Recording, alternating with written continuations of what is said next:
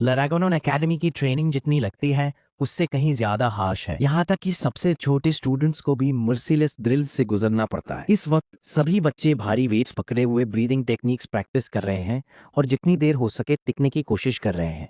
ज्यादातर बुरी तरह स्ट्रगल कर रहे हैं, सिर्फ कुछ ही होल्ड कर पा रहे हैं। लेकिन एक लड़का साफ तौर पर अलग नजर आता है। वो सिर्फ वही वेट नहीं पकड़े जो बाकी सब पकड़े हैं, बल्कि उसके ऊपर मैसिव बोल्डर्स रखे हुए हैं। यहाँ तक कि इंस्ट्रक्टर भी उसकी स्ट्रेंथ और एंड्योरेंस देखकर शॉक्ड हो जाता है। उन्हें नहीं पता कि ये लड़का धरती का रीबॉर्न स्ट्रॉन्गेस्ट मैन है, खुद लैरागोन फैमिली का फाउंडर, जिसकी मौत वक्त आने पर हो गई थी। लेकिन कहानी वहीं खत्म नहीं हुई। वो आंखें खोलता है और खुद को एक बेबी के शरीर में पाता है। उसे ये जानकर झटका लगता है कि वो बच्चा बन चुका है। आसपास और भी बेबीज मौजूद होते हैं। अपनी ऑब्जर्वेशन से वो समझ आता है कि उसका दोबारा जन्म फिर से लैरागोन फैमिली में हुआ है, क्योंकि सभी को अलग बिल्डिंग में रखा गया है। तभी लैग्रेन मेड्स एक ट्रॉली लेकर आती है जिसमें अजीब सा रेड लिक्विड होता है। उन्हीं में एक गॉब्लिन भी होता है जिसकी मौजूदगी हीरो को तुरंत सस्पिशियस कर देती है। मेड्स पहले जबरदस्ती उस गॉब्लिन को वो लिक्विड पिलाती हैं जिससे उसे एस्ट्रोनॉमिकल पेन होता है और फिर वो खून के गुच्छे में एक्सप्लोर हो जाता है। इस टेस्ट से साबित होता है कि लिक्विड में मैजिक कॉन्सेंट्रेशन काफी ज्यादा है और यही परफेक्ट स्वीट स्पॉट है। इसके बाद मेड्स वही डाइल्यूटेड रेड लिक्विड सभी बच्चों को पिलाना शुरू कर देती हैं। हीरो को सिचुएशन समझ नहीं आती और जब उसकी बारी आती है तो उसे एहसास होता है कि ये मिल्क नहीं बल्कि टेरिफाइंग मैजिक पावर से भरा हुआ कुछ है। ये एंशिएंट ड्रैगन का ब्लड है और उन्हें यही पिलाया जा रहा है। इंस्टिंक्टिवली उसे इसे थूक देना चाहिए था और वो थोड़ा निगल भी चुका था। बाकी बेबीज की तरह अगर वो इसे बाहर ना निकाले तो एक्सप्लोड हो सकता है, लेकिन वो फिर सोचता है और फैसला करता है कि वो सारी मैजिक पावर अब्सॉर्ब करेगा ताकि true peak of martial arts तक पहुंच सके। शायद वो अपने पास्ट सेल्फ को भी सरप्राइज कर दे। इसी सोच के साथ वो पूरा लिक्विड पी जाता है और साबित करता है कि गिल्फिस लेग्रांड को कभी अंडर एस्टिमेट नहीं करना चाहिए। वो एंशिएंट ड्रैगन की ट्रू सोर्स पावर को एब्जॉर्ब करता है ताकि उस हाइट तक पहुंच सके जो पिछली लाइफ में भी मुमकिन नहीं थी। मेड्स हैरान होती हैं कि वो इतनी कामली लिक्विड एब्जॉर्ब कर पाया, लेकिन रिजल्ट उनके फेवर में होने के कारण वो इसे इग्नोर कर देती हैं।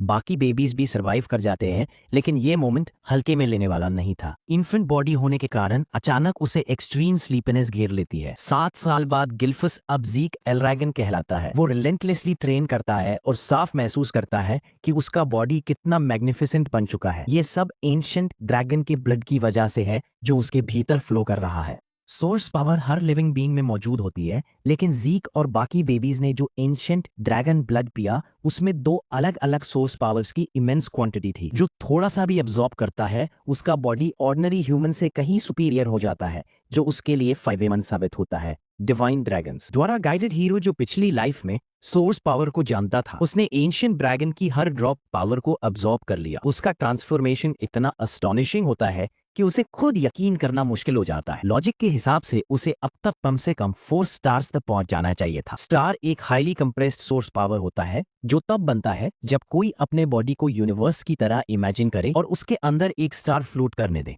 लेकिन हर एक्स्ट्रा स्टार बनाना और मुश्किल हो जाता है, और जितने ज्यादा स्टार्स उतनी ज्यादा स्ट्रेंथ। हीरो अनमैच्ड रैंक के 10 स्टार्स तक पहुंच चुका है और दुनिया में ऐसा करने वाला अकेला है। रीबर्थ के 7 साल हो चुके हैं। उसकी माँ मर चुकी है और उसका पिता कभी सामने नहीं आया। हजारों साल फ्यूचर में रीबॉर्न होना उसे शॉक करता है, लेकिन उससे भी ज्यादा उसे इस एरा की रियलिटी चुभती है। एक मिलेनियम बाद दुनिया स्ट्रॉन्ग द्वारा वीक को निगलने वाली जगह बन चुकी है, बिल्कुल 2025 जैसा। इसका सबसे साफ एग्जाम्पल ड्रैगन ट्रायल रिचुअल है, जहां सिर्फ वही बेबीज सरवाइव करते हैं जिन्हें लागोन फैमिली के वॉरियर्स की ट्रेनिंग मिलती है। इन सालों में कोई ऑब्स्टेकल हीरो के रास्ते में नहीं दिख पाया। ज़ीक फैमिली की कॉम्बैट ट्रेनिंग को इन्वेस्टिगेट करना चाहता है, लेकिन मेड्स कुछ नहीं बताती क्योंकि उन्हें बोलने की इजाजत नहीं है। जिस मेड से वो बात करता है वो 3 स्टार फाइटर है जो बेसिक कॉम्बैट ट्रेनिंग के लिए काफी है। 7 साल साथ रहने के बाद भी इतनी सी इंटरेक्शन उसे एग्जॉस्ट कर देती है। बाद में वो फॉरेस्ट की तरफ जाता है और ट्रेनिंग के तौर पर पॉइजनस हर्ब्स खाता है। तभी उसे किसी की प्रेजेंस महसूस होती है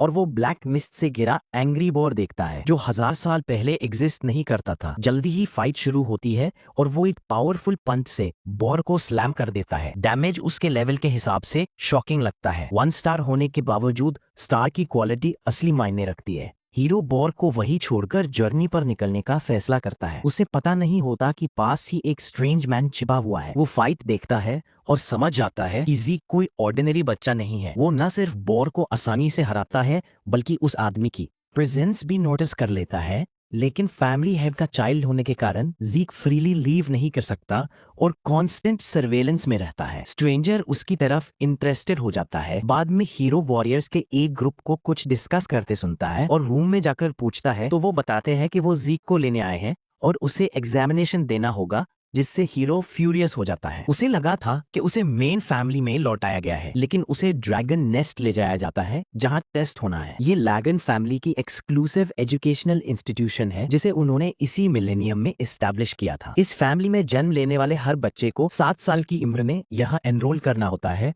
और आज एंट्रेंस एग्जाम का दिन है, जबकि हीरो को कुछ भी नहीं सिखाया गया। टेस्ट मैंडेटरी जानकर वो सिर पकड़ लेता है। जीक एग्जॉस्टेड दिखता है, तभी ओल्ड स्केल विलेज का लैंगिस उससे बात करने आता है। पहले जीक को वो टिमिड लगता है, लेकिन जल्दी ही समझ जाता है कि नर्वस एक्सटीरियर के नीचे करेज छिपा है। जीक भी अपना इंट्रोडक्शन देता है, एग्जाम के कंटेंट को लेकर अपनी चिंता बताता है तो लैंगस कंफ्यूज हो जाता है। तभी ओल्ड स्केल विलेज का रेटिन लैंगस को बुलाकर बुली करना शुरू कर देता है और मॉकिंग टोन में चिल्लाता है कि उसे घर पर ही रहना चाहिए था, क्योंकि उसके जैसे लोग एकेडमी में कभी एंटर नहीं कर सकते, क्योंकि उसका फादर सिर्फ एक मॉक ड्रैगन था। लैगन फैमिली एक रिजिड हायरार्की फॉलो करती है जिसे एक एब्सोल्यूट मैनेजर ने एस्टैब्लिश किया है। लेसर ड्रैगन्स को रूकीज माना जाता है, यंग ड्रैगन्स को कॉमन सोल्जर्स कहा जाता है, अडल्ट ड्रैगन्स कैप्टन क्लास में आते हैं और एल्डर ड्रैगन्स सबसे ऊंचे रैंक्स पर एल्डर्स या एग्जीक्यूटिव्स होते हैं। सबसे नीचे मॉक ड्रैगन्स होते हैं जो ड्रैगन नेस्ट में एंटर नहीं कर पाए या ग्रेजुएट नहीं हो सके। इन्हें इमिटेशन कहा जाता है, लेकिन लैंगिस अपने फैमिली से मॉक ड्रैगन का टैग हटाना चाहता है। हीरो अपने दोस्त के सपोर्ट में बोलता है कि उसे कम से कम ट्राई करने का चांस मिलना चाहिए। इससे बुलीज और ज्यादा फ्यूरियस हो जाते हैं और पुअर लोगों को नीचा दिखाने लगते हैं, लेकिन जीक अपने नए दोस्त का बचाव करता रहता है। तभी अडल्ट ड्रैगन एग्जामिनर अनाउंस करता है कि एग्जाम शुरू होने वाला है, जिसमें रजिस्ट्रेशन के बाद सभी एप्लीकेंट्स को नंबर टैग लेना होगा और डिसिप्लिन के साथ सेकंड गेट की तरफ बढ़ना होगा। लैंगस हीरो से कहता है कि अगर उसे एग्जाम का कॉन्फिडेंस नहीं है या एबिलिटी की कमी है तो विड्रॉ कर ले, लेकिन कंटेंट जाने बिना भी हीरो कॉन्फिडेंट रहता है। पहला टेस्ट रॉक को स्क्रैच करना होता है और जो स्क्रैच कर ले वही पास माना जाता है, प्रोवाइडेड वेपन्स या बेयर हैंड्स दोनों अलाउड होते हैं और 3 अटेम्प्ट्स मिलते हैं। जीक को ये टेस्ट बहुत लीनियंट लगता है, जिससे उसका दोस्त शॉक्ड हो जाता है, क्योंकि उसे लगा था एग्जाम टेरिफाइंग लेवल का होगा। टेस्ट शुरू होता है, लैंगिस पैनिक करने लगता है और हीरो काम बैठा रहता है। टेस्ट में इस्तेमाल होने वाला स्टोन रीजेनरेटिव प्रॉपर्टीज रखता है, जो माइनर डैमेज को तुरंत रिपेयर कर देता है और ब्रूट फोर्स से किया गया अटैक सैकड़ों गुना इम्पैक्ट के साथ वापस रिफ्लेक्ट हो जाता है। लैंगस एक्सप्लेन करता है कि स्क्रैच करने के लिए स्ट्राइक के दौरान बॉडी में ईथर सोर्स पावर को सही तरीके से सर्कुलेट करना जरूरी है। हीरो समझ जाता है कि ये टेस्ट मार्शल स्किल से ज्यादा ईथर हैंडलिंग पर बेस्ड है। ज्यादातर स्टूडेंट्स एग्जाम पास कर लेते हैं, बुलीज भी शामिल है और लगातार डिस्क्वालिफिकेशंस भी हो रहे होते हैं। आखिरकार हीरो की बारी आती है और वो वेपन लेने से मना कर देता है। एग्जामिनर पूछते हैं कि क्या वो बेयर हैंड से श्योर है और वो अग्री कर लेता है। सब उसके बारे में डिस्कस करने लगते हैं कि वो फेल हो जाएगा, जबकि लैंगिस उसके लिए वरीड होता है। टेस्ट शुरू होते ही हीरो स्टोन को ध्यान से एनालाइज करता है और समझ जाता है कि ये रॉक 1000 साल से ज्यादा पुराना है, क्योंकि उसमें ऐसा मिनरल पहले कभी नहीं देखा। तभी वो अपनी फिस्ट उठाता है और फुल पावर के साथ ड्रैगन स्लेयर कॉम्बैट टेक्निक से रीजनरेशन स्टोन को स्मैश कर देता है और एग्जाम पास कर जाता है। क्राउड अचानक साइलेंट हो जाती है क्योंकि रिजल्ट अनएक्सपेक्टेड था। लैंगस खुशी और सरप्राइज से भर जाता है। पास खड़ा एग्जामिनर आंखें संकरी करता है और सोचता है कि कहीं हीरो किसी पावरफुल हाउस का इलिजिटिमेट चाइल्ड तो नहीं, क्योंकि ऐसा फीट सिर्फ 4 या 5 स्टार वॉरियर्स ही कर सकते हैं। रिवॉर्ड में हीरो को ग्रीन पोशन दिया जाता है, जिसकी इंपॉर्टेंस उसे समझ नहीं आती। बाद में लैंगस बताता है कि ये नॉर्मल ग्रेड हीलिंग पोशन है। जीक सोचता है कि कहीं ये एलिक्सर तो नहीं जो एक्सट्रीमली रेयर मटेरियल से बनता है, जिसमें डिवाइन और फैंटम बीस्ट से मिलने वाली प्योर एलिक्सर कोर हर्ब्स होती हैं। ऐसा पोशन ओल्ड इंजरीज और रीसेंट वुंड्स दोनों हील करता है और ईथर को ड्रामेटिकली बूस्ट करता है। स्केर्स इंग्रेडिएंट्स की वजह से इसे रिफाइन करना बेहद मुश्किल होता है और मार्केट में ऑलमोस्ट कभी नहीं मिलता। लैंगस बताता है कि हाउस ड्रैगन के पोशंस ऑर्डिनरी स्टोर्स से कहीं ज्यादा पावरफुल होते हैं। हीरो अस्टोनिश्ड महसूस करता है और उसका दोस्त उसकी तारीफ करता रहता है। इसी बीच बुलीज भी एग्जाम पास कर जाते हैं और अब लैंगस की बारी आती है। वो स्वॉर्ड से रॉक स्क्रैच करने की कोशिश करता है, लेकिन फेल हो जाता है और ये उसकी लास्ट अटेम्प्ट होती है। बुलीज उसे अब्यूज करना शुरू कर देते हैं और कहते हैं कि हाफ ड्रैगन से यही एक्सपेक्टेड था। तब जीक उसे स्वॉर्ड की जगह स्पीयर यूज करने की सलाह देता है क्योंकि स्वॉर्ड उसके लिए सूट नहीं कर रही थी। सब उसकी कमजोरी पर हंसते हैं, लेकिन हीरो अपने दोस्त को वेपन स्विच करवाकर बचाता है। लैंगस के फादर को कभी ड्रैगन नेस्ट में एंटर करने नहीं दिया गया और लोग उसे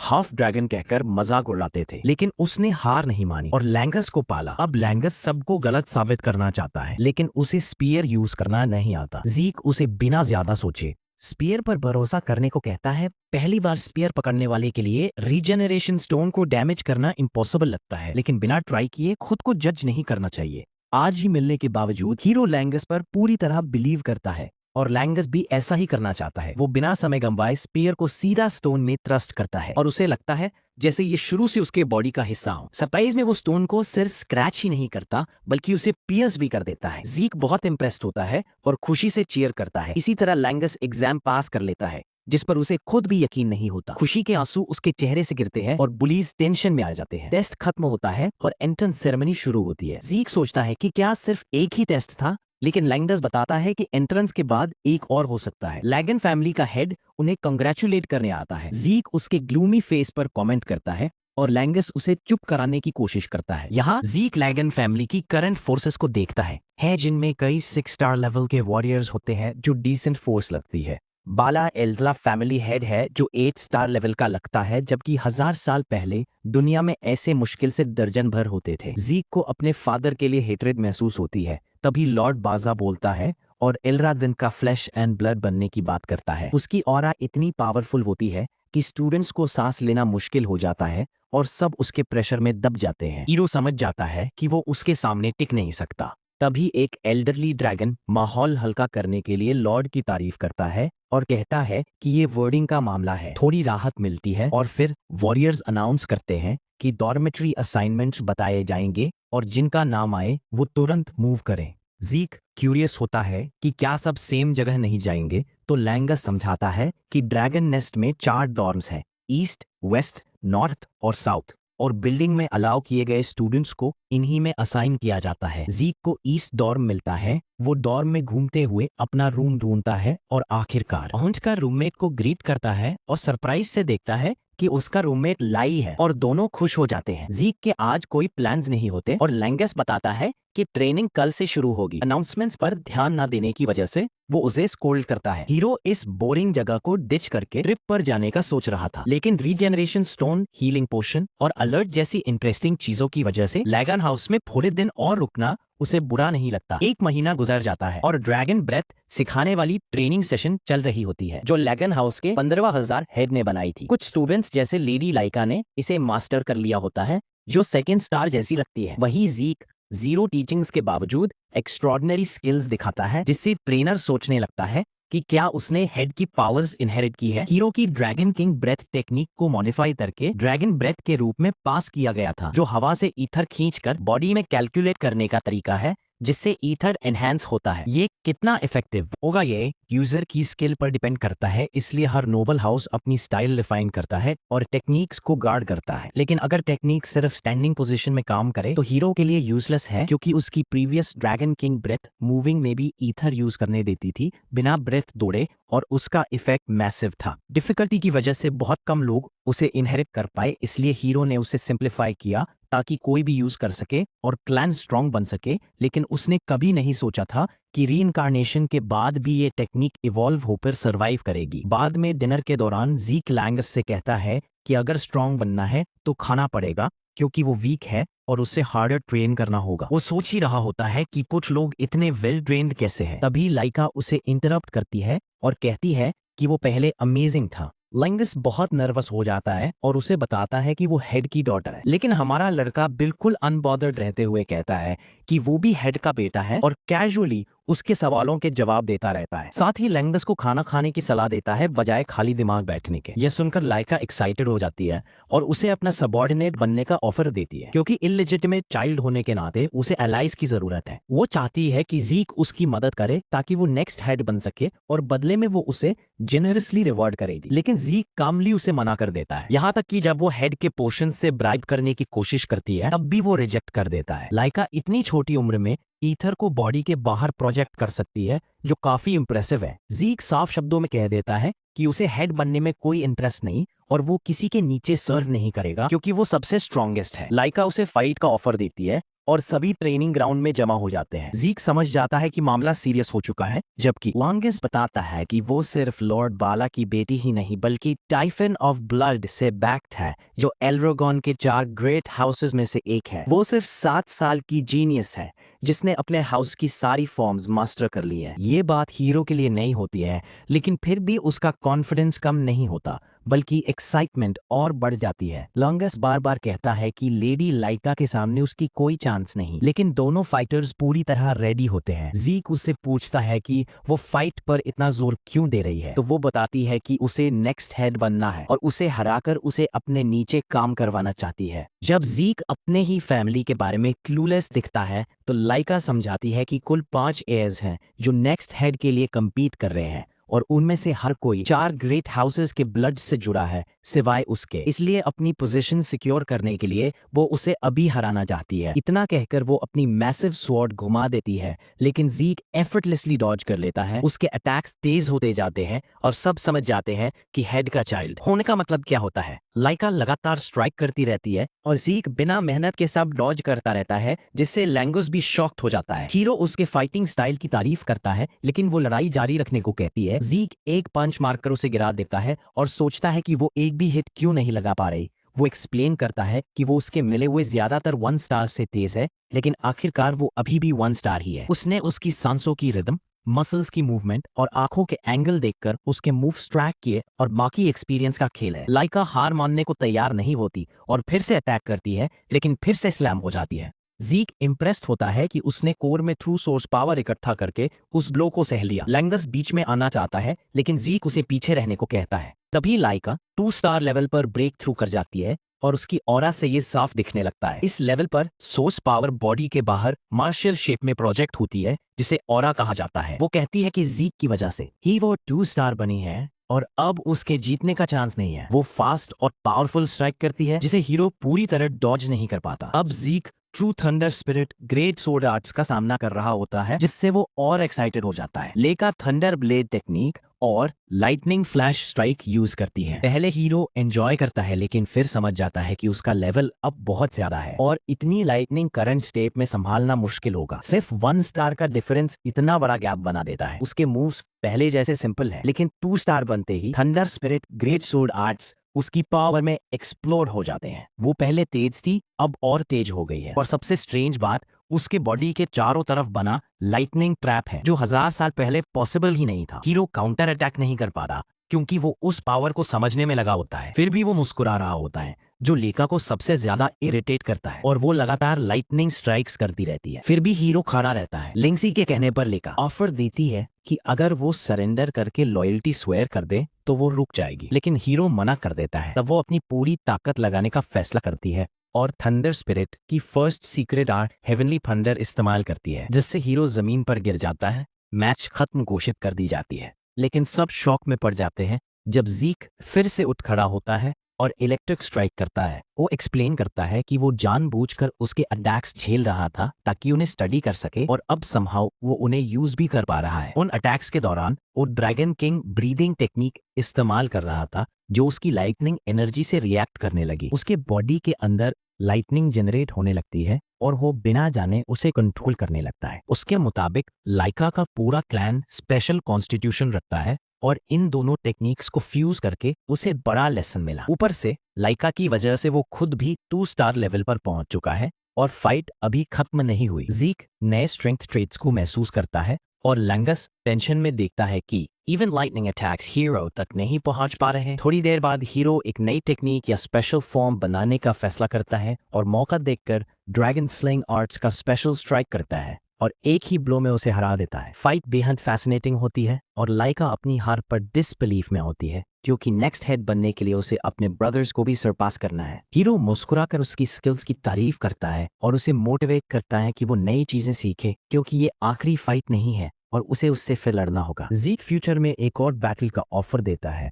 जबकि लाइका उसे अनबीटेबल मानने लगती है। कुछ घंटे बाद फिशर हॉल में लॉर्ड बाल्जा अपनी ड्रैगन कॉम्बैट आर्ट्स प्रैक्टिस कर रहा होता है। तभी रिपोर्ट आता है कि उसकी बेटी 2 स्टार लेवल पर पहुंच गई है और ग्रेजुएशन तक 4 या 5 स्टार भी हो सकती है। लेकिन लॉर्ड इनडिफरेंट रहता है और कहता है कि जब वो खुद टैलेंट यूज कर पाए तब बताना। तभी सोल्जर बताता है कि वो हाल ही में डिफीटेड हुई है और उसे हराने वाला उसका अपना बेटा लॉर्ड ज़ीक है। बल्जा समझता है क्योंकि उसकी माँ भी बैटल टैलेंट रखती थी, लेकिन वो उसके जन्म से पहले गुजर चुकी थी। हैरानी की बात यह होती है कि ज़ीक को इतनी स्ट्रॉन्ग स्किल्स किसने सिखाई, लेकिन बताया जाता है कि उसने बिना किसी टीचिंग के खुद ही 2 स्टार अचीव किया है। इस पर लॉर्ड बाल्जा फर्स्ट ट्रायल शुरू करने का आदेश देता है, जो प्रीमेच्योर है क्योंकि ज्यादातर स्टूडेंट्स फर्स्ट स्टार तक भी नहीं पहुंचे हैं, लेकिन उसके हिसाब से ये सबके लिए इक्वल है। जो फर्स्ट ट्रायल सरवाइव नहीं कर पाए वो एल्ड्रेगॉन के लायक नहीं और उनका कोई फ्यूचर नहीं। वो फ्रेया को वापस बुलाने का आदेश देता है ताकि ट्रायल कंडक्ट हो और क्लोज वॉच रखी जाए। अगले दिन यूजुअल ड्रैगन कॉम्बैट ट्रेनिंग चल रही होती है।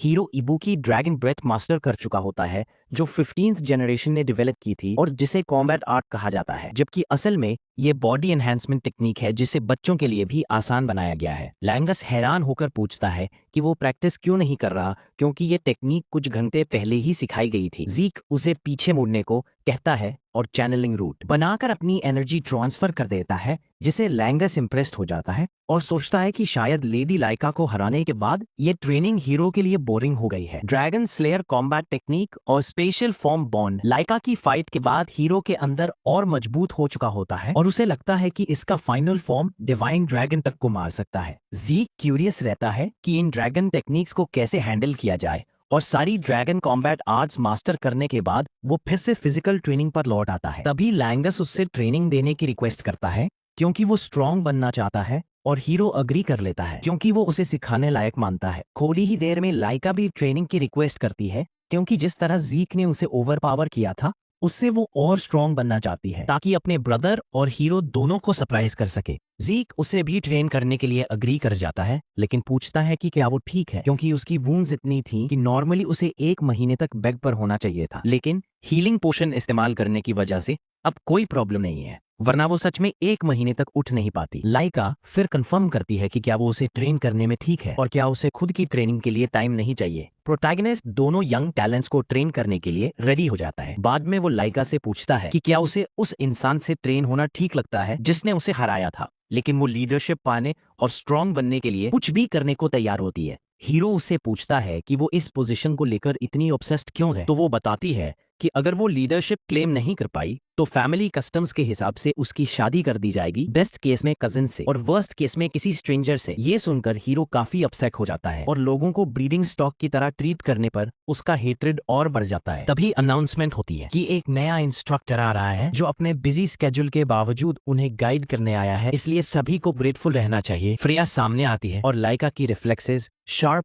ऑरा और फ्लॉलेस मूवमेंट ऑब्जर्व करती है। उसका इंट्रोडक्शन फ्रेया विंग किक के रूप में होता है, जो ब्लैक ड्रैगन कॉर्प्स की मेंबर है। वो सबको वार्मली ग्रीट करती है और ज़ीक को पहचानते हुए पूछती है कि वो सरप्राइज्ड क्यों नहीं है। हीरो कॉन्फिडेंटली कहता है कि सरप्राइज होने जैसा कुछ नहीं और उसकी इंट्रीगिंग स्किल्स का जिक्र करता है, जिससे फ्रेया समझ जाती है कि हेड इस लड़के को लेकर इतना कंसर्न क्यों था। हीरो उसके मार्शल आर्ट्स में इंटरेस्ट लेता है क्योंकि उसके बूट से भी कोई साउंड नहीं आता। बाद में फ्रेया टेस्ट अनाउंस करती है जिसमें सभी को क्रिस्टल ऑर्ब्स दिए जाते हैं और 1 महीने तक पॉइजनस ड्रैगन माउंटेन पर रहना होगा, जहां अनगिनत वेनमस बीस्ट्स रहते हैं और एक पॉइजनस वीड से छूना भी इंस्टेंट डेथ हो सकता है। ज़ीक ने पास्ट लाइफ में वहां ट्रेनिंग की थी। टास्क के दौरान अगर किसी का ऑर्ब टूट गया या खो गया तो वो इमीडिएटली डिस्क्वालीफाई होगा और एकेडमी से एक्सपेल कर दिया जाएगा। फ्रेया उन्हें ड्रैगन ब्रेथ टेक्निक से ब्रीदिंग कंट्रोल करने को कहती है और बताती है कि ऑर्ब सुरक्षित रहा तो वो सेफ रहेंगे। मॉन्स्टर्स के बारे में वो कहती है कि उन्हें मारना होगा,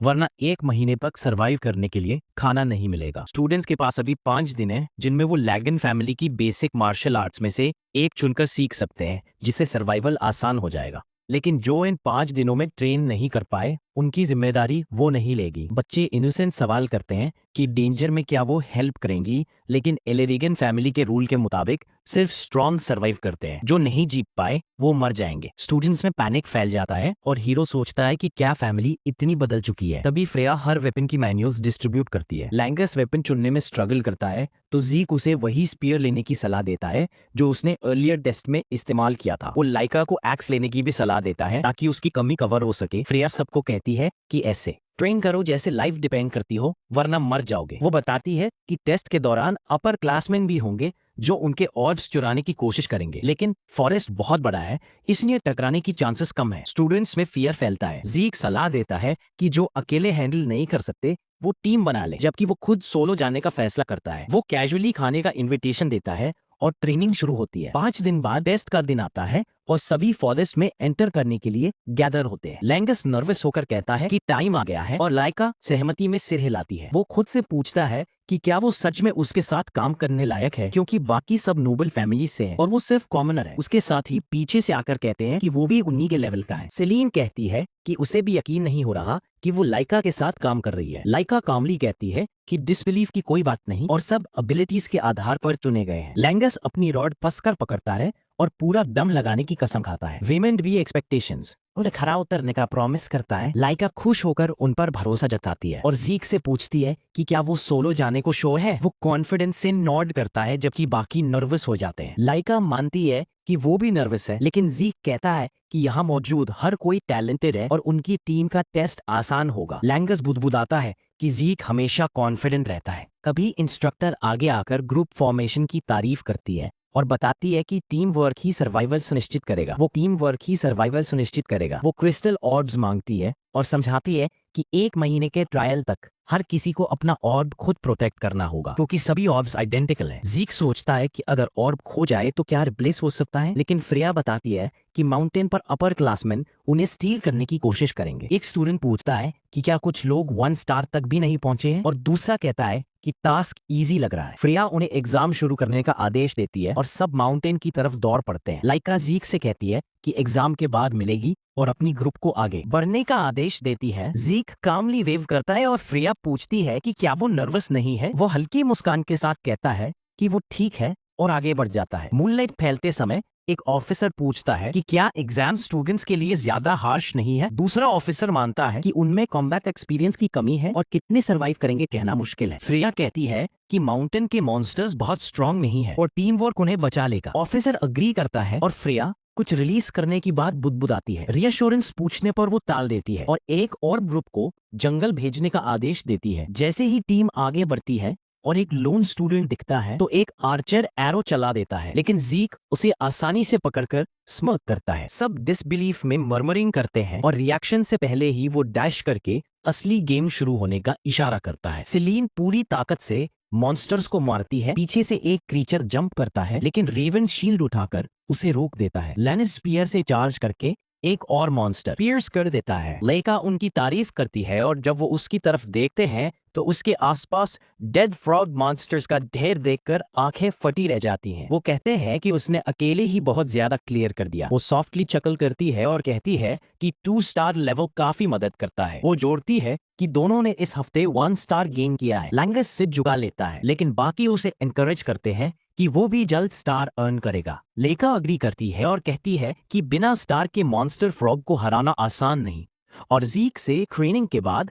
उसकी स्पीयर वर्क फ्लॉलेस हो गई है। फिर वो नाइटफॉल से पहले बेस लौटने का आदेश देती है। बेस के पास पहुंचते ही लेका रुक जाती है जब एक सीनियर स्टूडेंट आगे खड़ा दिखता है। सीनियर स्mirk करता है और लेका पूछती है कि क्या वो उनके ऑर्ब्स चुराने आया है। ग्रुप टेंस हो जाता है और रेमन शील्ड उठाता है। सीनियर नॉड करता है और कहता है कि टेस्ट ही ऑर्ब स्टील करना है और उसे उम्मीद नहीं थी कि वो पहले इसी बेस से टकराएगा। लेका उसे वार्न करती है कि चले जाए वरना वो उसे मार देंगे, क्योंकि वो अकेले उनका सामना नहीं कर सकता। उसके एक्शन से पहले पीछे से 3 और सीनियर्स सामने आ जाते हैं। लीड वन स्वॉर्ड अनशीथ करता है और अटैक करते हुए उसे सरेंडर करने का आदेश देता है। वो डॉज करती है और बाकी रश फॉरवर्ड करते हैं। रेमन शील्ड संभालता है। सेम पूरी ताकत से पलटकर लड़ता है और लैंगिस मुश्किल से खुद को संभाल पा रहा होता है। अपोनेंट उसका क्रिस्टल मांगता है, लेकिन उसी पल लैंगिस को ज़ीक की सलाह याद आ जाती है जब उसने पूछा था कि किसी बहुत ताकतवर एनिमी का सामना कैसे किया जाए। ज़ीक ने बताया था कि 3 या उससे ज्यादा अपर क्लास फाइटर्स के खिलाफ जीतना उसके लिए नामुमकिन है, लेकिन फिर भी एक तरीका है। लैंगिस ने तरीका पूछा था तो ज़ीक मुस्कुराया था और कहा था कि ओपनिंग का फायदा उठाना सीखो। लैंगिस ने पूछा था कि ओपनिंग मिलेगी कैसे, तो ज़ीक ने कहा था कि बस इंड्योर करो और तब तक टिके रहो जब तक अपोनेंट खुद अपनी गार्ड ढीली न कर दे, क्योंकि कमजोर इंसान खुद से ओपनिंग नहीं बना सकता। लैंगिस ने मुट्ठियां भींचकर पूछा था कि क्या वो सच में इतना इंड्योर कर पाएगा। ज़ीक ने समझाया था कि इंड्योरेंस ही असली जीत है और पेशेंस से ताकतवर को हराना रॉ स्ट्रेंथ से कहीं बड़ा होता है। और इस रूल की शायद एकमात्र एक्सेप्शन लाइका है। ज़ीक ने उसे कहा था कि सबसे पहले खुद पर भरोसा रखो और ज्यादा मत सोचो, बस इंतजार करो और मौका मिलते ही वार करो। अब लैंगिस दांत भींचकर अपनी जगह डटा रहता है और जैसे ही ओपोनेंट एक पल के लिए गार्ड ढीली करता है, वो चार्ज करता है और स्पीयर सीधे उसके आर पार घुसेड़ देता है। दूसरी तरफ लीका अपने ओपोनेंट से लड़ती रहती है। सीनियर पूरी कोशिश करता है लेकिन उसे एहसास हो जाता है कि उसकी ताकत उससे ज्यादा है। दोनों 2 स्टार होते हुए भी लीका जानती है कि ये सब ज़ीक की सलाह की वजह से है और वो एक डिसाइसिव स्ट्राइक से लड़ाई खत्म कर देती है। वो तुरंत अपनी टीम के पास पहुंचती है और पूछती है कि सब ठीक है या नहीं। सब चीयर करते हैं और सेलिन लैंगस को 1 स्टार पहुंचने पर बधाई देती है, जबकि वो अभी भी डिसबिलीफ में होता है। लीका मुस्कुराती है और कहती है कि अब जब सबके पास स्टार है तो एग्जाम सर्वाइव करना आसान होगा और सोचती है कि ज़ीक इस वक्त क्या कर रहा होगा। दूर एक लड़की आखिरी ग्रुप से कांपते हुए भाग रही होती है और बुदबुदाती है कि वो किस तरह का मॉन्स्टर है। उसके आसपास बाकी मेंबर्स की लाशें पड़ी होती है और ज़ीक उनके बीच खड़ा होता है। बचे हुए अपर क्लासमैन अपनी जान बचाने के लिए चीखते हुए भाग रहे होते हैं। उन्होंने सच में एक मॉन्स्टर से सामना कर लिया था जो कैजुअली उन्हें खत्म कर रहा था। वहीं ज़ीक बिल्कुल चिल होकर उन्हें कायर कहता है, मानो वो कह रहा हो कि मैं तुम लोगों के साथ फंसा नहीं हूँ बल्कि तुम मेरे साथ फंसे हो। बच्चे यूसेन बोल्ट से भी तेज भाग रहे होते हैं सिर्फ एक फर्स्ट ईयर से बचने के लिए। जो उसे हंट करने आए थे अब वही हंटेड बन चुके हैं। एक अपर क्लासमैन फिसलकर गिर जाता है और सीन किसी हॉरर जैसा बन जाता है जब वो देखता है कि ज़ीक ठंडे लहजे में उसे उठने और कम से कम लड़ने की कोशिश करने का आदेश दे रहा है। उसकी गोल्डन आंखें सीधे उसकी आत्मा में झांकती हैं और उसे अपनी जिंदगी के हर फैसले पर पछतावा होने लगता है। डर इतना होता है कि वो बेहोश हो जाता है और लगता है बैटमैन की ग्लेयर भी एनिमीज को कुछ ऐसा ही महसूस कराती होगी। ज़ीक थोड़ा डिसअपॉइंटेड होता है कि ग्रुप को डिसमेंटल करना इतना आसान निकला, जबकि शुरुआत में वो खुद को बहुत सिग्मा और टफ समझ रहे थे। तभी उसे एहसास होता है कि कोई दूर से उसे ऑब्जर्व कर रहा है और वो उस इंसान को बाहर आने के लिए कहता है। जब सामने वाला बाहर नहीं आता तो ज़ीक समझ लेता है कि वो कोई रूल नहीं तोड़ रहा और जो चाहे कर सकता है। दरअसल उसे देखने वाला अपर ड्रैगन कैप्टन होता है जो हैरान रह जाता है कि एक फर्स्ट ईयर ने अपर आसमान को बुरी तरह हरा दिया और वही लड़का उसे स्पाइन के लिए कॉल आउट भी कर रहा है। इंट्रीग्ड होकर कैप्टन इस सिचुएशन को अपने लीडर को रिपोर्ट करने का फैसला करता है। वो स्कारलेट हेयर वाली खूबसूरत वुमन के पास लौटता है जो मिशन रिपोर्ट मांगती है। उसके लोग शुरुआत से बताते हैं कि एक हफ्ते में 32% बच्चे ड्रॉप आउट हो चुके हैं, लेकिन जो बचे हैं वो एनवायरनमेंट के साथ अडेप्ट कर रहे हैं, इसलिए नंबर्स इससे नीचे नहीं जाएंगे। लेकिन जैसे ही वो अपर आसमान की हालत पूछती है तो उसके लोग हेजिटेट करते हैं। वही ऑब्जर्वर सच बताता है कि अपर क्लासमैन अपनी जान बचाकर भाग रहे हैं। इंस्ट्रक्टर सन्न रह जाती है क्योंकि ऐसा होना समझ से बाहर है।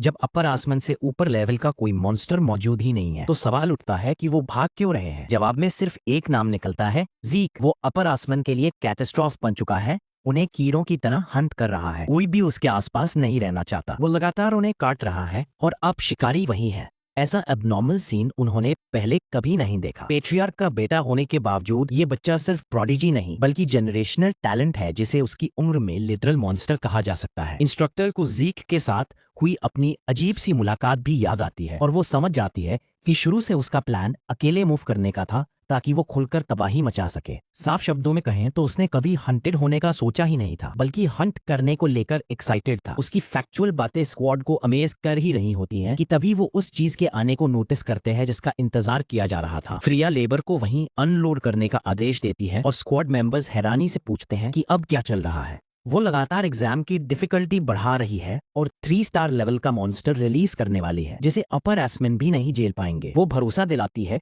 कि उसने एडजस्टमेंट्स किए हैं और क्रीचर सिर्फ 2 स्टार या उससे ऊपर के स्टूडेंट्स को टारगेट करेगा, यानी 9 स्टार या 1 स्टार। बच्चों का कुछ नहीं होगा। सवाल यह है कि वो ऐसा क्यों कर रही है। फ्रेया बताती है कि ये लॉर्ड एलरेगन का डायरेक्ट ऑर्डर है और वो एग्जाम के आउटकम को लेकर खासकर उस मॉन्स्टर ज़ीक को लेकर क्यूरियस है। वो देखना चाहती है कि क्या बच्चा इस लेवल की चीज हैंडल कर पाएगा और डॉन पर क्रीचर रिलीज करने का आदेश देती है। सुबह होते ही लैंगिस और सेलिन जमीन के कांपने को महसूस करते हैं। लाइका की शार्प इंस्टिंक्ट्स बता देती है कि कुछ आ रहा है और वो अपर क्लासमैन से भी ज्यादा खतरनाक है। लैंगिस पहले सोचता है कि कोई बड़ा मॉन्स्टर होगा, लेकिन लाइका जानती है कि जो भी है वो टेरिफाइंग है। जमीन की गूंज स्टूडेंट्स को डरा देती है और लाइका तुरंत समझ जाती है कि उनके पीछे का पेड़ गिरने वाला है। वो सबको हटने के लिए चिल्लाती है और किसी तरह सेलिन को बचा लेती है, जबकि रेमंड लैंगिस को गार्ड करता है।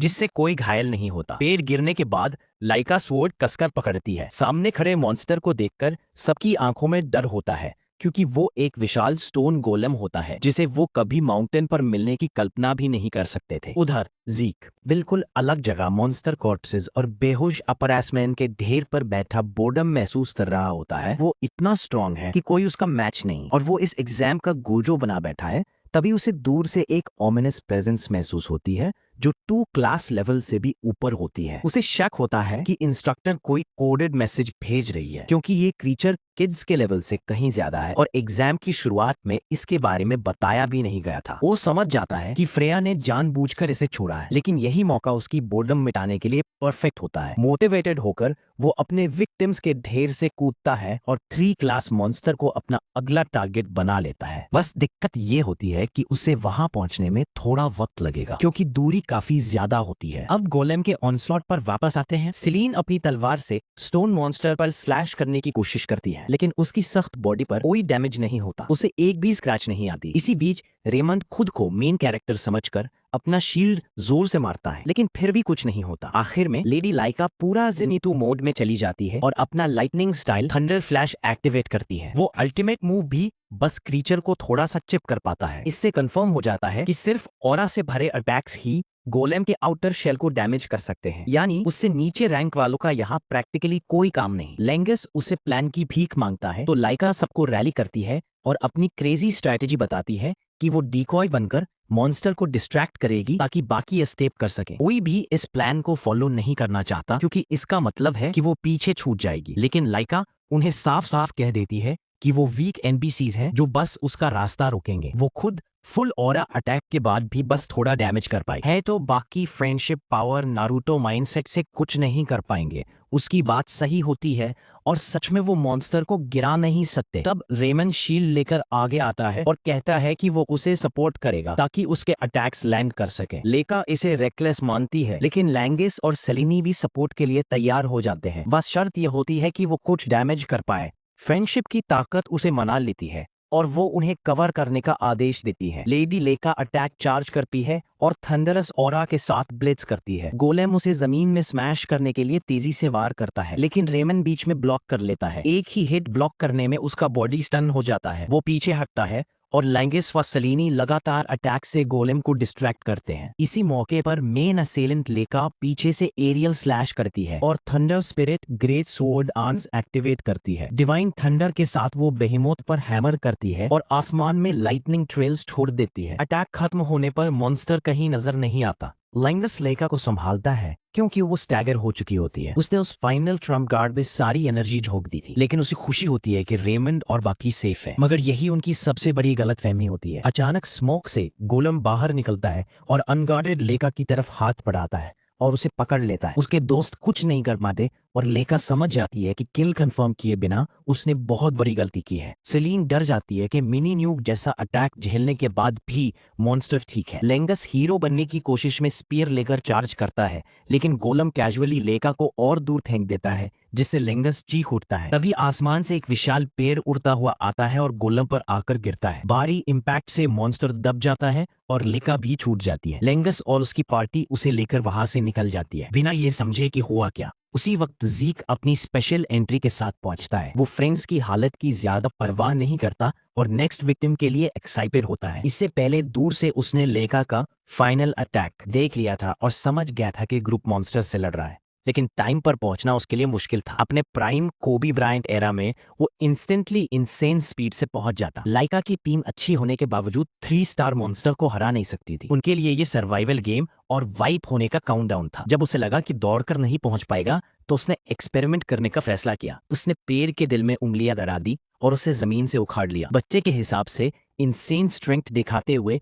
उसने पेड़ को बैलिस्टिक मिसाइल की तरह फेंक दिया। उसे इस मूव पर काफी अच्छा लगा, क्योंकि ये टेक्निक ड्रैगन नर्चरिंग आर्ट्स से जुड़ी थी। लेकिन कॉम्बैट मैनुअल एग्जाम से पहले दिया जाता है, जो प्रॉपर स्टाइल नहीं बल्कि स्ट्रेंथ अनलॉक करने की गाइड होती है। और पास्ट लाइफ में लॉन्ग रेंज अटैक्स का फायदा उठाने वाले जीक के लिए ये काम आ गई। पेड़ फेंकने के बाद वो फिर दौड़ पड़ा। अब प्रेजेंट में वो शॉक्ड दोस्तों को ग्रीट करता है। लैंगस उसे गोलेम के खतरे के बारे में बताता है, लेकिन भागने की बजाय जीक पावरफुल मॉन्स्टर को चैलेंज करने में अम्यूज्ड होता है। उसे महसूस होता है कि क्रीचर में लाइफ फोर्स नहीं है, फिर भी प्रेजेंस है। बात करते करते 3 स्टार बहीमत उस पर जोरदार पंच मारता है, लेकिन जीक उसे एक हथेली से पकड़ लेता है। अपने जीनियस बैटल आईक्यू से वो समझ जाता है कि नॉर्मल अटैक्स काम नहीं करेंगे। ऑरा से वो उसे तुरंत खत्म कर सकता है, लेकिन मजा लेना चाहता है। लाइका देखती है कि वो उसी मॉन्स्टर के साथ खेल रहा है जिसने उन्हें नियरली मार दिया था। गोलम दोनों हाथों से स्लैम करता है और जीक उसकी स्पीड पर सोचता है। वो स्लैम ब्लॉक कर लेता है, बस हल्का डिस्कम्फर्ट होता है। वो दोस्तों को दूर रहने को कहता है और अब पूरी ताकत से वेट शिफ्ट करके अपने से 10 गुना बड़े मॉन्स्टर को उछाल लेता है। अब उसे शेल की चिंता होती है और वो चेक करना चाहता है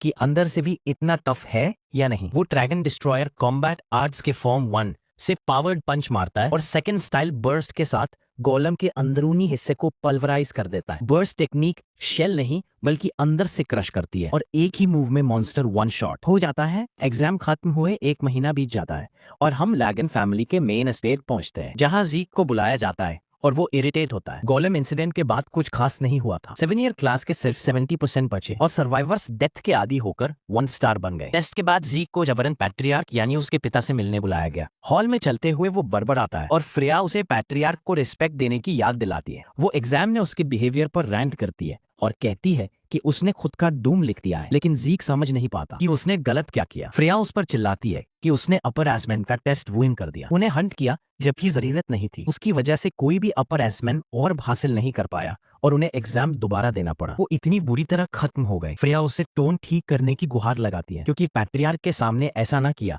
तो वो लिटरली एग्जिस्टेंस से मिटा दिया जाएगा। लॉर्ड एलरगन बच्चों के लिए भी रूथलेस है और फ्रेया नहीं चाहती कि जीक ऐसे स्लॉटर हो। ये सुनकर जीक भी थोड़ा इंटिमिडेटेड महसूस करता है। उसकी चेंबर में जाने से पहले फ्रेया अपना रैंक और मिशन इंटेंशन अनाउंस करती है। वो उसे अंदर आने की परमिशन देता है और दोनों भीतर जाते हैं। हमारा हीरो बिना किसी डर के डेस्क पर बैठे आदमी को देखता है। फैमिली हेड से उसकी पहली मुलाकात होती है। लॉर्ड एलरागोन हल्का अनॉयड होता है, ग्रीटिंग तक नहीं देता बल्कि सीधे पूछता है कि इस बच्चे ने अपर क्लासमैन पर हमला क्यों किया। जीक कैजुअल तरीके से जवाब देता है और उल्टा इरिटेशन दिखाते हुए पूछता है कि क्या उसने कोई रूल तोड़ा है। उसका ये जवाब पेट्रियार्क को कंफ्यूज कर देता है। जीक बहस जारी रखते हुए कहता है कि एग्जाम की सिर्फ एक कंडीशन थी कि क्रिस्टल ऑर्ब को सुरक्षित रखते हुए 1 महीना सरवाइव करना है। कोई एक्स्ट्रा रूल या डिटेल बताई ही नहीं गई थी, इसलिए उसने वही किया जो टास्क था। वो सीधे अपने पिता को ग्रिल करता है और कहता है कि अगर रूल्स थे तो एग्जाम से पहले बताने चाहिए थे। फ्रेया का चेहरा सब कुछ बयां कर देता है क्योंकि वो डरी हुई है। थोड़ी देर पहले ही उसने जीक को आर्ग्यू ना करने को कहा था। वो बीच में उसे समझाने की कोशिश करती है, तभी उसका पिता ऑमिनस ऑरा रिलीज करता है जिससे फ्रेया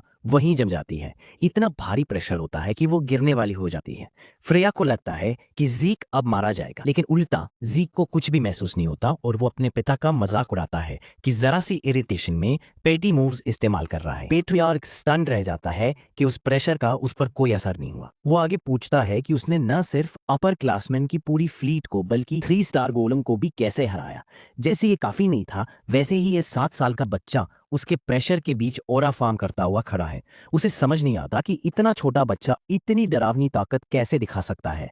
जीक समझ जाता है कि बात उसकी स्ट्रेंथ के सोर्स पर आ गई है और एक्सप्लेन करने की जगह उसे बस अपनी पर्सनल जीनियस कह देता है। एरोगेंस बनाम एरोगेंस होता है और पिता बेटा एक दूसरे को घूरते हैं। लॉर्ड एलरागन मानता है कि लड़के का एटीट्यूड रिपोर्ट जैसा ही रैश है, लेकिन इससे फर्क नहीं पड़ता क्योंकि उसने गोलम को हराया है। रिवॉर्ड के तौर पर वो उसे ड्रैगन ट्रेजरी से एक आइटम या ड्रैगन हॉल के 2nd फ्लोर का एक्सेस देता है। फ्रेया के लिए सबसे शॉकिंग ये होता है कि जो आदमी थोड़ी देर पहले बेटे को मार डालने वाला था वही अब रिवॉर्ड ऑफर कर रहा है। ड्रैगन हॉल और ड्रैगन ट्रेजरी दोनों वॉल्स हैं जिनमें गिलस के समय से हजारों साल का कलेक्शन है। रेयर बुक्स से लेकर बैन टेक्स्ट तक, वेपन्स, आर्टिफैक्ट्स और हर जरूरी चीज वहां मौजूद है। ये फैमिली की अल्टीमेट ट्रेजरी मानी जाती है और इतनी सख्त निगरानी में रहती है कि गिने चुने लोग ही अंदर जा पाते हैं। ड्रैगन हॉल का 2nd फ्लोर तो और भी स्पेशल है, जिसके लिए मैसिव अचीवमेंट्स चाहिए। फ्रेया यकीन नहीं कर पाती कि इतना ब्रैड बिहेवियर दिखाने के बाद भी उसे रिवॉर्ड मिल गया। जीक अपने पिता को चिढ़ाने के लिए दोनों रिवॉर्ड्स मांग लेता है। लॉर्ड एलागन उसे बाहर जाने का आदेश देता है, लेकिन वो डायरेक्ट ऑर्डर डिसओबे करके कहता है कि उसके और सवाल हैं। फ्रेया समझ जाती है कि ये अपनी जुबान से मारा जाएगा और वरीड मानी तरह उसे घसीटकर बाहर ले जाती है। जाते जाते ज़ीक आखिरी ताना मारता है कि जितना वो इमोशंस दबाने की कोशिश करेगा उतना ही स्ट्रॉन्गेस्ट बनने से दूर होता जाएगा। उसी पल लॉर्ड एलरगॉन ज़ीक की पावर का मैनिफेस्टेशन महसूस करता है और उसे पोटेंशियल इक्वल मानता है। फ्रेया तुरंत उसे चुप करा कर ले जाती है और लॉर्ड एलरगॉन उस प्रेजेंस के बारे में सोचता रह जाता है। बाहर आती ही फ्रेया फिर रेंट करती है और लीडर के सामने डिसरिस्पेक्ट दिखाने पर चिल्लाती है। ज़ीक कहता है कि उसने कोशिश की लेकिन खुद को रोक नहीं पाया। मजेदार बात यह है कि वो अभी भी हाफ वर्ड्स में बोल रहा था। फ्रेया को समझ नहीं आता कि वो टीचर्स को रिस्पेक्ट देता है लेकिन अपने पिता को नहीं। उसकी स्ट्रेंथ और रफ पर्सनैलिटी देखकर वो उसे ऑर्डिनरी बच्चा नहीं मानती और उसकी आइडेंटिटी पर शक करने लगती है। ज़ीक उसे ट्रोल करते हुए कहता है कि वो बस वही है जो है। फ्रेया सोचती है कि फैमिली के सभी लोग बर्थ पर एंशिएंट ड्रैगन ब्लड पीते हैं और हेड के पास सुपीरियर ड्रैगन की माइट होती है। फिर भी ये बच्चा उसके रैथ को डिफाई कर गया। वो कुछ और ही है। शक में वो उसके बर्थ रिकॉर्ड्स चेक करने का सोचती है। फिर टॉपिक बदलकर पूछती है कि वो कौन सा रिवॉर्ड चुनेगा। क्यूट सा फेस बनाकर वो फिर दोनों कहा देता है जिससे फ्रेया चिढ़ जाती है। आखिरकार ज़ीक डिसीजन लेता है और कहता है कि वो नॉलेज जाता है। 1000 साल फ्यूचर में रीइंकार्नेट होने से करंट एरा की अंडरस्टैंडिंग में गैप है, इसलिए वो मेडिसिन और टेक्नोलॉजी की एडवांसमेंट जानना चाहता है। लेंगस खुशी से सेलिब्रेट करता है कि ज़ीक ड्रैगन हॉल जा पाएगा। लाइका भी साथ आती है और कहती है कि जल्दी करना होगा क्योंकि टाइम लिमिट है। फर्स्ट फ्लोर बेसिक लेवल का है और एक समय में सिर्फ एक बुक बोरो कर सकते हैं, इसलिए वाइजली चूज करना होगा। लाइका को पता चलता है कि ज़ीक ने ट्रेजरी छोड़कर हॉल चुना है और वो सरप्राइज्ड होती है। ज़ीक एक्सप्लेन करता है कि नॉलेज ज्यादा जरूरी है। सेकेंड फ्लोर की बुक्स सबसे रेयर हैं और सिर्फ ज़ीक को एक्सेस है। लाइका को लगता है कि उसकी थंडरक्लैप ग्रेट स्वॉर्ड आर्ट से बढ़कर वहां कुछ नहीं होगा, जबकि ज़ीक जोन आउट हो जाता है। सुपरवाइजर बताता है कि उनके पास सिर्फ 5 घंटे हैं। लाइका स्ट्रेटजी बनाती है कि एक बुक बोरो करेंगे और बाकी टाइम पढ़ने में लगाएंगे। फास्ट रीडर्स को फायदा होगा। लिंगस मार्शल आर्ट बुक चुनना चाहता है। हॉल के अंदर टेलीपोर्ट होते ही सब उसकी ग्रैंडियर देखकर हैरान रह जाते हैं। ज़ीक की एक्सपेक्टेशन से भी ज्यादा वो एक ऐसी बुक की तलाश में है जो उसे हिला दे और वहीं से रीडिंग एक्सपीरियंस शुरू होता है। जैसे ही बुक्स हाथ लगती हैं, ज़ीक पूरी तरह वाइल्ड हो जाता है। वो यहाँ मैजिक और केओस से जुड़े कंटेंट को पागलों की तरह ब्लिट्ज कर रहा है। इतनी ज्यादा इंफॉर्मेशन है कि उसे छोड़ पाना मुमकिन नहीं। 1000 सालों ने दुनिया पर गहरा असर छोड़ा है। पता चलता है कि इस दौरान उनकी दुनिया का एक दूसरी दुनिया से कनेक्शन बन गया था। करीब 900 साल पहले रियलिटी में एक विशाल क्रैक आया जिसने डायमेंशनल वॉल बनाई जिसे रिफ्ट कहा गया। इसी से केओस रेल्म कौन से निकला, जहां केओस एलिमेंट से पैदा हुए मॉन्स्टर्स रहते हैं। इनके खिलाफ लड़ने के लिए ज़ीक की दुनिया के लोगों ने अपने शरीर में प्राइमल एनर्जी विकसित की। ह्यूमैनिटी को केओस से बचाने में लागोन फैमिली की बड़ी भूमिका रही। बैटलफील्ड में कई परिवारों के बीच बॉन्ड बने और 4 स्पेशल वॉरियर्स ने लागोन हाउस में शादी की, जिससे टाइफीना, फेफील्ड, लीवास और बहामत फैक्शंस बनने। आज यही 4 ग्रेट लागन फैमिलीज कहलाते हैं। अब सब कुछ क्लियर हो जाता है, खासकर जब एंगर बुरे डार्क एनर्जी से ढका हुआ था और लाइका की थंडर ऑरा में भी वही एनर्जी दिखती है। ये सब किसी और डिमेंशन से आया हुआ है। लेकिन सबसे इंटरेस्टिंग चीज मैजिक का एवोल्यूशन है। डार्क रियलिटी से जुड़ाव के बाद एक नई टेक्निक पैदा हुई। अफसोस कि ज़ीक को उस टेक्निक पर कोई बुक नहीं मिलती, जबकि इतनी ब्रिलियंट चीज हिस्ट्री का हिस्सा होनी चाहिए थी। उसकी एक्साइटमेंट इतनी ज्यादा होती है कि सुपरवाइजर उसे चुप रहने को कहता है। अजीब बात यह है कि आसपास कोई प्रेजेंस नहीं होने के बावजूद आवाज साफ सुनाई देती है। ज़ीक सोचने लगता है कि क्या यही वही नई मैजिक है जो वॉइस के जरिए यूज होती है, लेकिन ऑर्डिनरी प्राइमल एनर्जी के अलावा वो फर्क समझ नहीं पाता। अचानक उसकी सारी किताबें पीली रोशनी में खुद हवा में तैरने लगती है। ज़ीक खुद को रोक नहीं पाता और अम्यूज्ड हो जाता है। सुपरवाइजर फिर चुप रहने को कहता है, लेकिन ज़ीक ग्रोथ के नए लेवल के एज पर है। तभी लाइब्रेरी उसके चारों तरफ बंद होने लगती है। ईथर की थ्रेड्स उसे जकड़कर बाहर फेंक देती हैं। ज़ीक समहाउ लैंडिंग संभालता है और सोचता है अभी क्या हुआ। वो वही ईथर टेक्निक सीखना चाहता है और सुपरवाइजर से दोबारा यूज करने को कहता है। लेंगिस भी समझ नहीं पाता कि उसे क्या हो गया है। लाइका हैरान है कि सिर्फ वही बाहर फेंका गया। इसी बीच लैंगिस को क्लाउड वाटर स्पीयर टेक्निक नाम की मार्शल आर्ट्स मैनुअल मिलती है। सेलीन विंड ब्लॉसम स्वॉर्ड के साथ मूवमेंट आर्ट सीखती है। रेमन लागोन गार्डियन स्वॉर्ड टेक्निक और शील्ड स्किल सीखता है। मजेदार बात यह है कि ये सब वही मार्शल आर्ट्स हैं जो ज़ीक ने अपनी पिछली जिंदगी में बनाए थे। लीका बताती है कि उसे heavy wave great sword technique की बुक मिली जिसे 15th लॉर्ड ने इम्प्रूव किया था। ज़ीक दूसरी बार 15th जनरेशन का नाम सुनता है और सोचता है इसमें खास क्या है। वही 15th Lord dragon slayer combat arts का क्रिएटर भी है। ज़ीक मानता है कि उसकी कई टेक्निक्स को उसी ने आगे बढ़ाया, जिससे वो भी इम्प्रेस्ड है। पहले उसे लगा था कि स्कूल लाइफ बोरिंग होगी, लेकिन अब आने वाला सफर उसे एक्साइट कर रहा है। फिर कहानी में 5 साल का टाइम स्किप होता है। 12 साल की लीका ज़ीक और बाकी दोस्तों को ढूंढ रही है। लैंगिस बताता है कि वो ट्रेनिंग ग्राउंड्स में है और वहीं ज़ीक अपने 3 दोस्तों से स्पार कर रहा है, क्योंकि उम्र के साथ उसकी ताकत कई गुना बढ़ चुकी है।